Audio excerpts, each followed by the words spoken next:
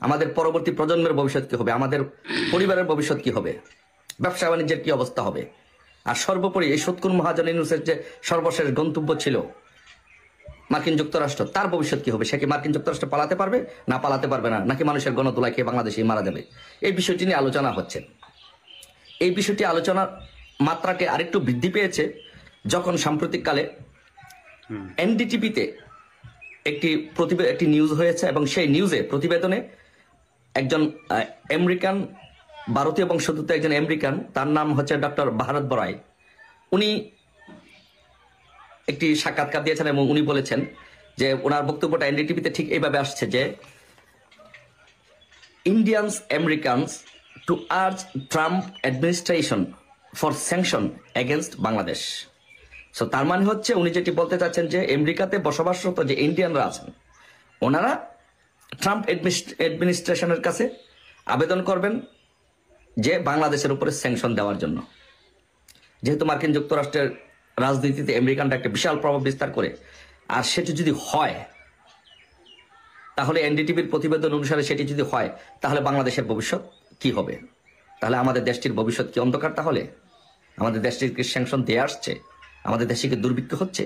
এই বিষয়গুলো নিয়ে আজকে আমরা চিন্তিত, সারা বাংলাদেশের মানুষ আজকে চিন্তিত, এবং বিশ্বের বিভিন্ন দেশে যারা বসবাসরত আছে প্রত্যেকটি মানুষই এই বিষয় নিয়ে চিন্তিত যে আমাদের দেশটি কোথায় যাচ্ছে।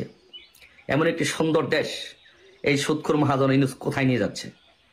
তারপরে আপনারা জানেন যে এটি সবার কাছেই পরিষ্কার যে হিলারি ক্লিন্টন ছিল, হিলারি ক্লিন্টন হচ্ছে সুদখোর মহাজন ইউনূসের খুব ঘনিষ্ঠজন, এবং ক্লিন্টন ফাউন্ডেশনে ইউনূস নিয়মিত ডোনেট করতেন।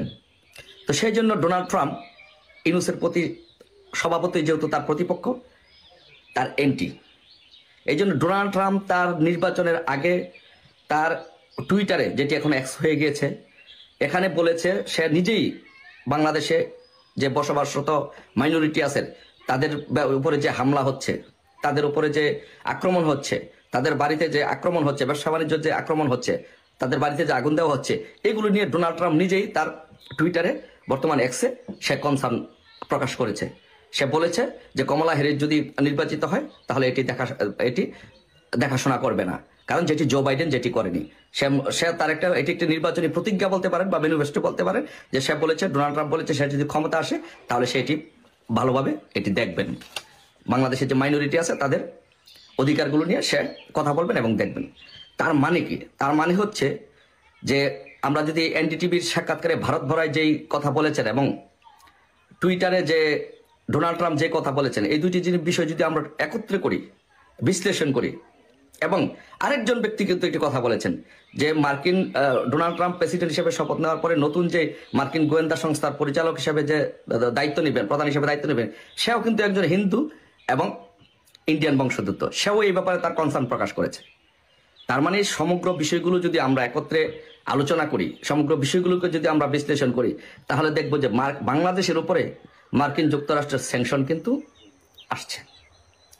তো মার্কিন যুক্তরাষ্ট্রের স্যাংশন যদি বাংলাদেশের উপরে ধেয়ে আসে তাহলে কাদের উপরে আসবে, কারা আক্রান্ত হবে। দেখেন, প্রথম যদি আপনি বলেন যে ব্যক্তি পর্যায়ে স্যাংশন আসবে, সেই ব্যক্তি পর্যায়ে হবে উপদেষ্টারা হবে আসিফ, নাহিদ, মাহফুজ, যারা বাংলাদেশকে একটি জঙ্গি রাষ্ট্র বানাতে চাচ্ছে, যারা হিন্দুদের উপরে হামলা করার জন্য উস্কে দিচ্ছে। ইউনূসের উপরে আসবে, সুদখোর মহাজন ইউনূসের উপরে আসবে, কারণ তার নেতৃত্বে এগুলো হচ্ছে।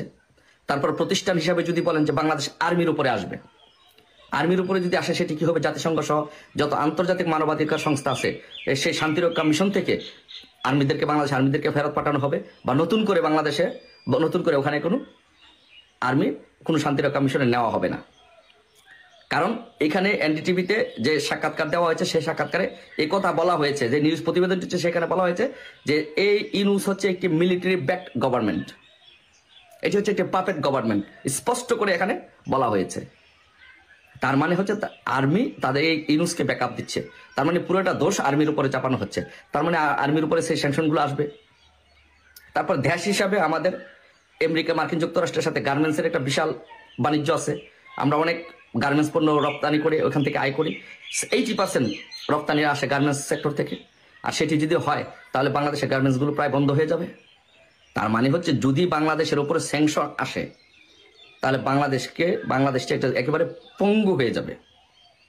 এই উপদেষ্টাদের জীবন বিপন্ন হবে, উপদেষ্টারা কোথাও পালাতে পারবে না, আর্মির উপরে স্যাংশন আসবে এবং দেশের অর্থনীতি একেবারে পুরাটাই ব্রোকেন হয়ে যাবে, যার ফলে বাংলাদেশের দুর্ভিক্ষ দেখা দিবে এবং গৃহযুদ্ধ দেখা দিবে। এবং আরেকটা বিষয় যে হচ্ছে যে এই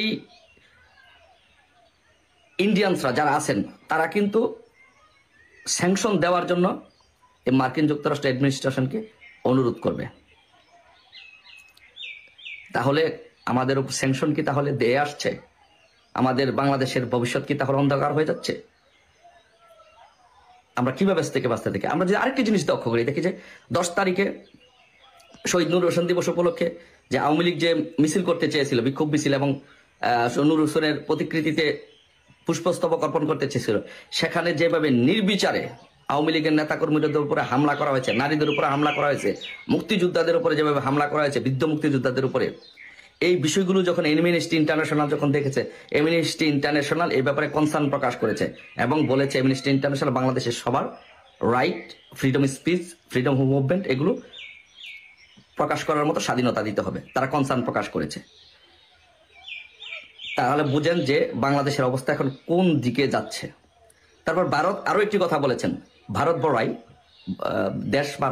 বড়াই আরো একটি কথা বলেছেন। দেখেন উনি কি বলেছেন এনডিটিভিতে, উনি বলেছেন a lot of people are talking about external interference in the overthrow of democratically elected government in Bangladesh.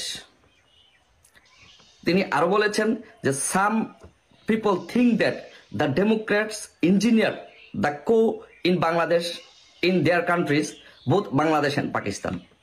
তার মানে উনি ওই এনডিটিভি আরো বলেছে যে এই বাংলাদেশের আওয়ামী লীগ সরকারকে উৎখাত করার জন্য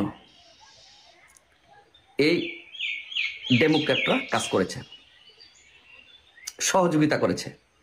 তার মানে হচ্ছে ডোনাল্ড ট্রাম্প স্পষ্টতই এর বিপক্ষে অবস্থান নেবে, এই ইউনূস সরকারের বিরুদ্ধে অবস্থান নেবে এবং বাংলাদেশের স্যাংশন দিতে পারে। যদি বাংলাদেশের স্যাংশন দেয় তাহলে আমাদের দেশে ডেফিনেটলি একটি দুর্ভিক্ষ দেখা দিবে এবং